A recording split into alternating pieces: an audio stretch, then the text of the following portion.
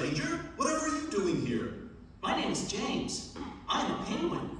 I come from the South Pole, and I'm going around the world. And you're exploring the North Pole with a fridge on skis? I keep my gear there. When I'm in a hot country, I can sleep inside it. It's like a camper. Oh, what a great idea. Well then, welcome to you, James. I'm Vladimir. And I'm a bear. Delighted. I don't get visitors very often, you know. It's just really cool. You can stay here as long as you want. Ah, that's very kind. Thank you. No problem at all. Let's go for a little tour of the property. So, that there's my igloo. Uh-huh. And there, that's my hole in the ice. I dug it myself. Very cool.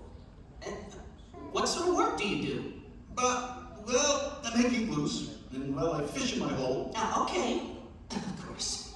Would you like to learn? Then we'll have some really fresh fish for our dinner. Oh, yeah. I love fish, really. The secret is to be patient and to keep your eyes fixed on the bottom. I think it's biting. Oh, careful then. Get it up quick. You've got good luck on your side.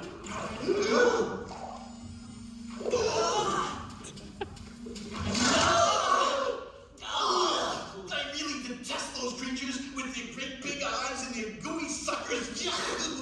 You know what? We're gonna eat some good frozen fish. It's yummy, and I've got lots in my igloo.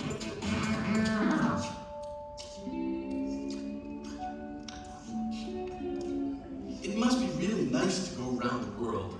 I would really like to travel too. I have never left my iceberg. I don't know how to swim. I thought all bears knew how to swim. No, not me. Hey, what's the South Pole like? Oh, it's pretty much like the North Pole. It's cold, just like here. The only difference is that under the ice we don't have the sea but stones. Anyway, you have to dig down deep, you know. There's a lot of ice. I have an idea. I can show you a little bit. I held onto a fragment of ice from the South Pole. You mean you collect snowballs? Something like that, yeah. I want to become a scientist. I I'm interested in geology and astronomy, and I study ice. I brought some back from the Himalayas and Siberia. Ah! And what does that mean to be a scientist? We ask ourselves questions, then we try and find answers. Oh? And what do you do to find the answers to those questions? Me, I've got loads of questions. You have to proceed with accuracy and logic. First of all, we make assumptions. We try to anticipate things, and then we go on and check if it works in the real world or not. If it works, it means we found the right answer, or at least a part of it. So, if I have a question, with your method, scientific, we can find the right answer, no? Yes, that's it. And everyone must be able to verify it. Cool.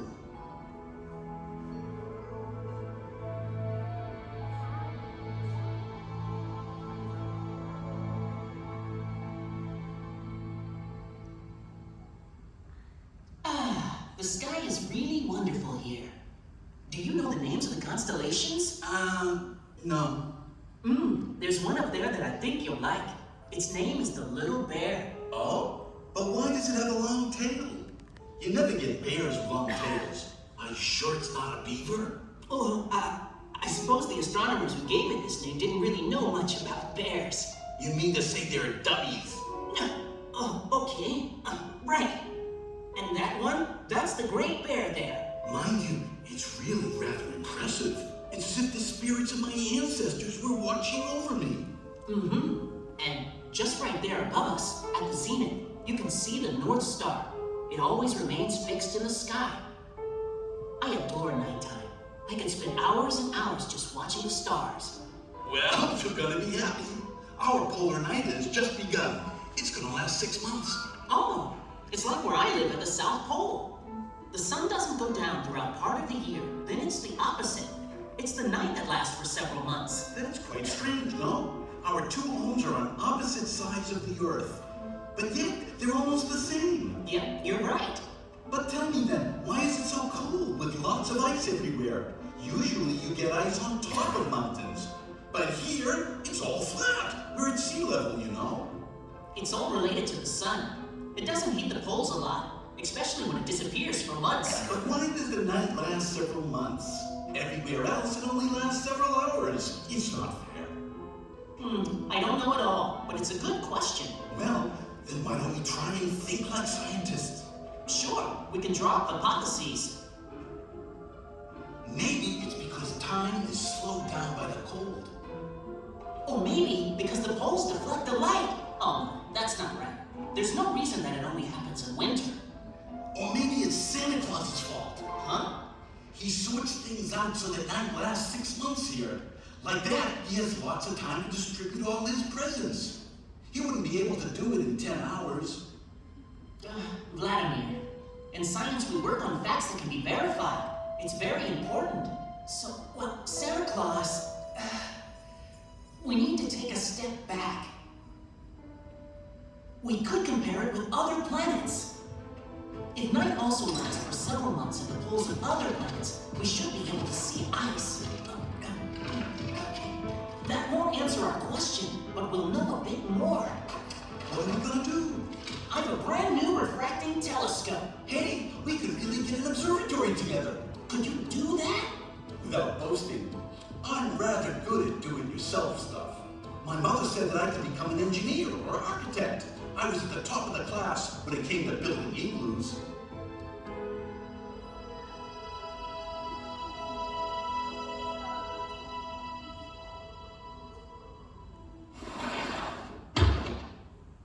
There you go. All's ready. We can begin our observation. Wow! Vladimir, you're a surprising bear. I've just found planet Mars. You can clearly see traces of ice on the South Pole, and on the North too. It's exactly like on planet Earth. So all the planets have frozen poles like here at home? It would seem so. There is definitely a common reason for ice to exist on the poles of Mars and the Earth. The polar night must last a long time up there too. We need to find out why. Well, I say. And do you think there may be herrings under the ice of Mars? Let's stay methodical. When you make a hypothesis, you must check it out through several observations. You need to look at other planets. Vladimir, could you turn the dome to the right for me, please? It's a deal. That's perfect. Thank you. There is Saturn. Oh, it's really strange. It looks like it has ears. We must readjust the focus. Oh, no, it's not ears that it has. It's a whole really brilliant ring. Oh, I've never seen that before. It really looks like a sort of fluorescent hoop thing. Just like a hula hoop. It's really mysterious. I can't see any ice on the pole of the planet. Incredible. We're looking for polar ice and we found a ring. But why isn't there ever any ice? Well, I'm totally lost. Our assumption is falling apart. The poles of the planets aren't all iced over. Yep. We ask a question, and it leads to other questions. We're not getting enough information by looking at other planets. We need to view the Earth from above to see what's going on down here.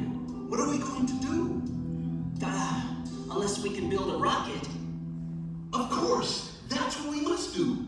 I know a place on the other side of the iceberg that will supply us all the material we need. Huh? But... Let's go! We need to go right now. It's pretty far.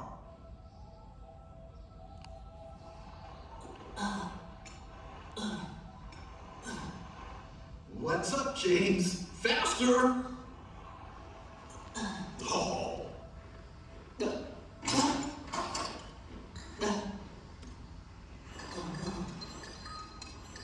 Okay, we're going to take a shortcut.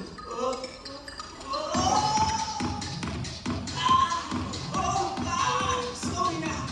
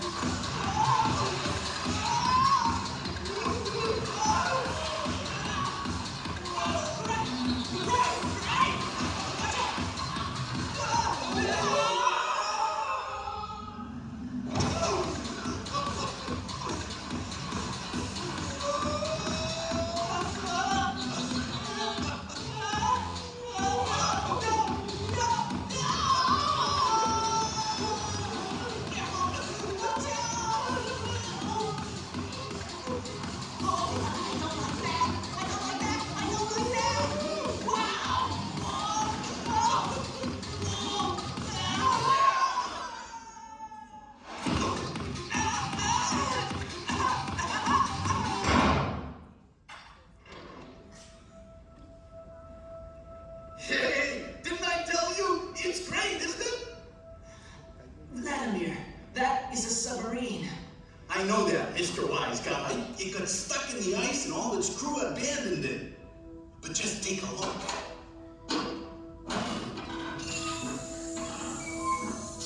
Ballistic missiles. You see? We could use them as rockets. That's totally crazy. He's a nutcase. You know, I bet they're stuffed full of plutonium. Even so, I must admit that it would be pretty cool. That'd be really cool. Uh-huh. You win. Let's do it.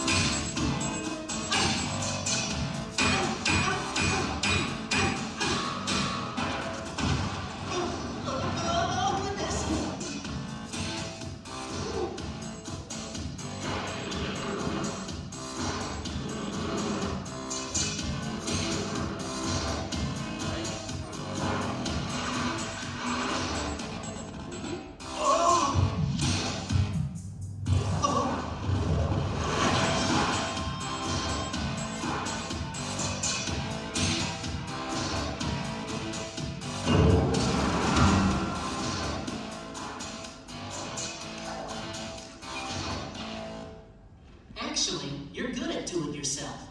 It looks really great, huh? We gotta christen it. Maybe we could call it... Iron Igloo, huh? No, the Space Harrier. Polaris. Polaris.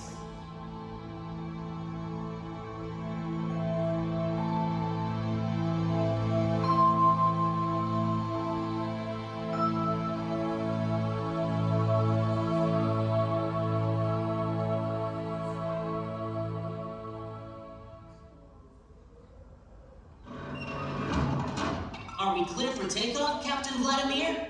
All is ready, Captain James. I filled the freezer with some yummy frozen herring. That should be our supplies. This is the best day of my life. Let's just hope that it's not the last one. Rockets igniting. 5, 4, 3, 2, 1. Take off!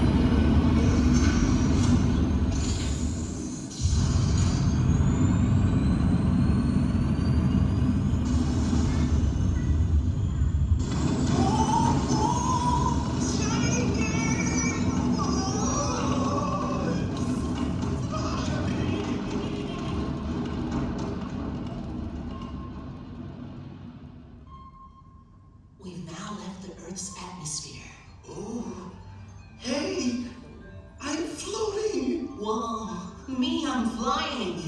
I'm the first penguin ever in history to fly. When they find out at the South Pole. It's fantastic.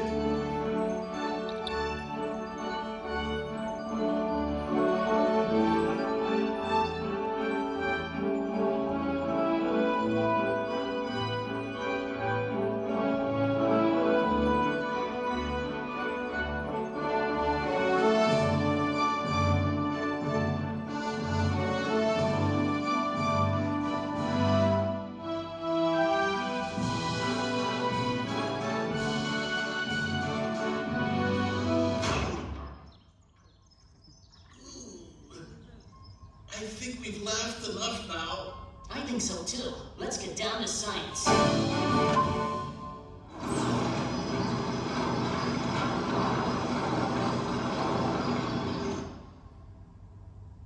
Wow. It's amazing. Can we see our house? No, it's shrouded in total darkness. But that's only normal. We left when it was still nighttime. Let's be scientific. The secret of a great theory is brilliant observation. I'm gonna take some notes. And me, I'm going to draw. Polaris Logbook, December 21st. We are in orbit around planet Earth and we are starting our observations. It's night at the North Pole.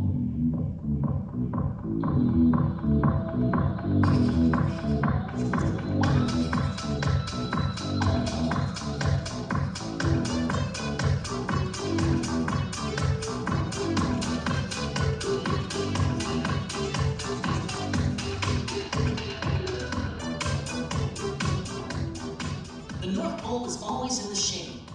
The rays from the sun never reach it because of the tilt of the rotation axis of the Earth. That's why it's pitch black all the time. And why it's cold. And also why there's ice.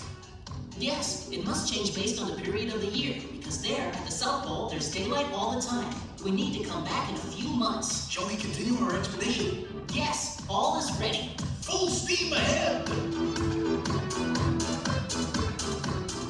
Captain James Hibernatus, Polaris Logbook.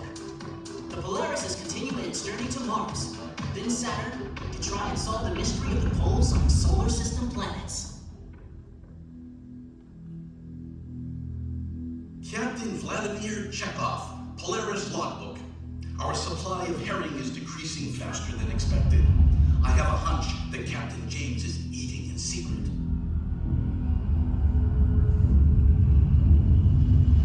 We're cruising close to planet Mars. Planet Mars? We gotta see it. Wow, it's splendid. You can see the ice on the pole. Just imagine that there's herring beneath it. Vladimir, I never said that there was liquid water under the ice, or any living creature.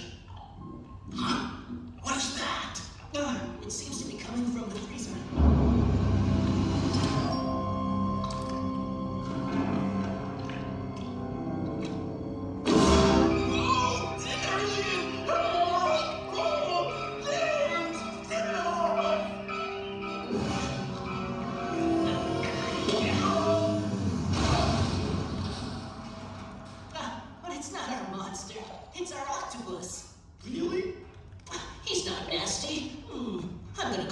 Spock. Right, but because of him, there's fish floating everywhere now. Yeah, as if we're underwater.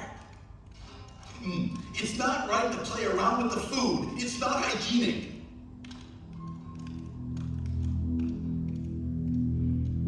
Captain Vladimir Chekhov, Polaris logbook. We found a clandestine passenger on board our ship. It's a frightful pink cephalopod.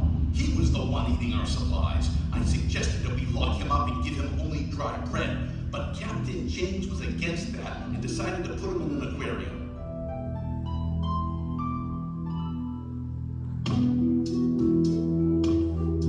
Captain James Hibernatus, Polaris logbook. We have now reached the final destination of our journey, planet Saturn.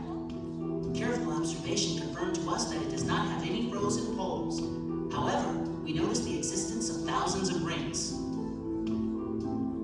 It's massive. Have you seen the size of the planet? It's so strange. There's nothing but clouds and swirls on the surface. How come? There's no ground or oceans? No, the planet is made of gas. All's now explained. There is no solid surface, so there is no ice either. Mars and the Earth are rocky planets, but Saturn is a gas giant. What about the rings then? Are they also made of gas? Don't think so. Let's go and check.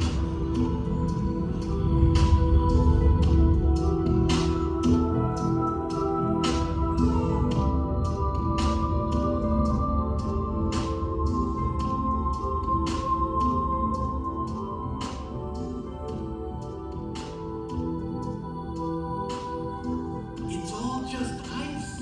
The rings around Saturn are made up of billions of blocks of ice.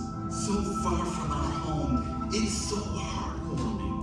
No, let's be careful though.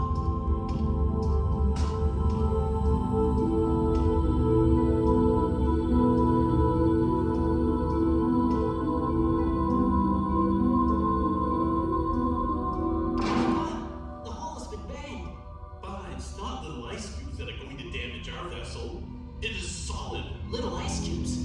Look at the size of that one. We gotta turn.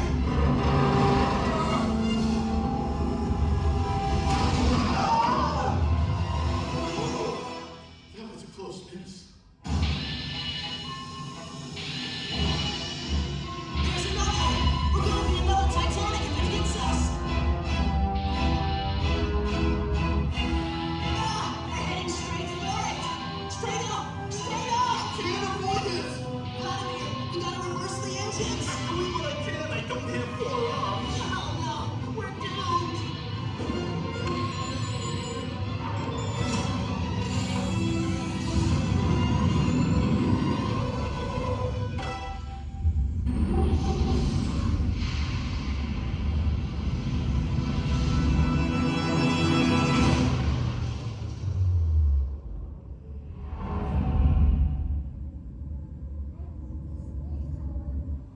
We did it. The machine stopped. Well done.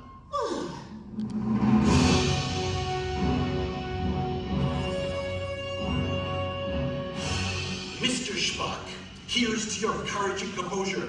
You have merited a promotion to the grade of Admiral. You have saved our ship. Congratulations. Hooray! Hooray!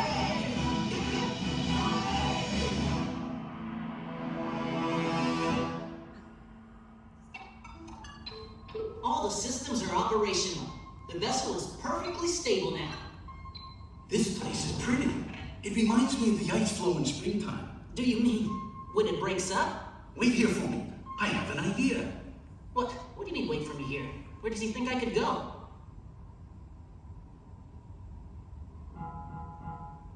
Huh? Oh.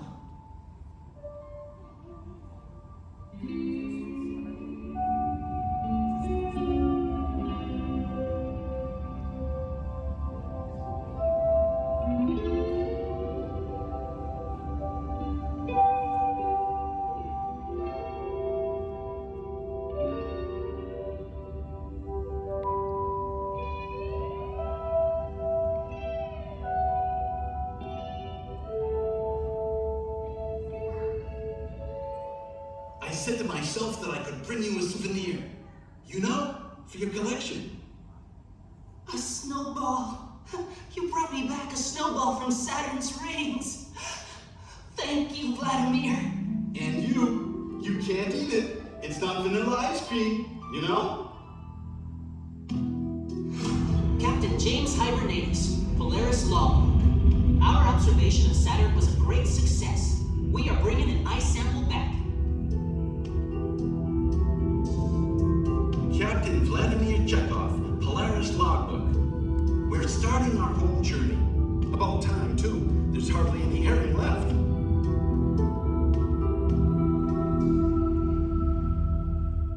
Earth in sight. Home at last. You'll notice that this time it's day at the North Pole, and it's the South Pole that's in darkness. It's the opposite of when we left. How can you explain that? The Earth's rotation axis always points in the same direction. That means after a half turn around the sun, the brightest hemisphere becomes the darkest one. That's it. When the South Pole leans towards the sun, it's summer in the southern hemisphere, winter in the northern hemisphere, and night all the time at the North Pole. 6 months after, it's the North Pole that leans towards the sun. The seasons reverse, and now it's the South Pole that's in darkness for months. We've solved our mystery. Well done, Vladimir. You reasoned that like a real scientist. Planet Mars probably fits the same explanation. It's going to be really strange to go home now, all alone on my ice floe, with my igloo and my hole in the ice. And, what if I asked you to come to the South Pole with me? Huh? And I promise you won't be alone at all.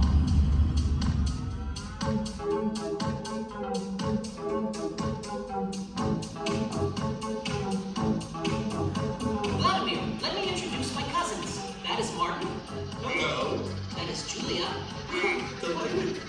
That is Jennifer. Delighted. This is Lisa. Hi there. This is Jimmy. There's Anthony. That's Lenny. That's Joe. That's David. That's Gabe. Yeah, it's good to find some peace and calm. Oh, yes. Your cousins are very nice, but I'm not used to seeing so many people. That's why I like to get away on this mountain. It's my favorite place for looking at the stars. I understand. Ooh, there's no North Star here? Or Great Bear? Oh no, here we're viewing another part of space. The constellations are different.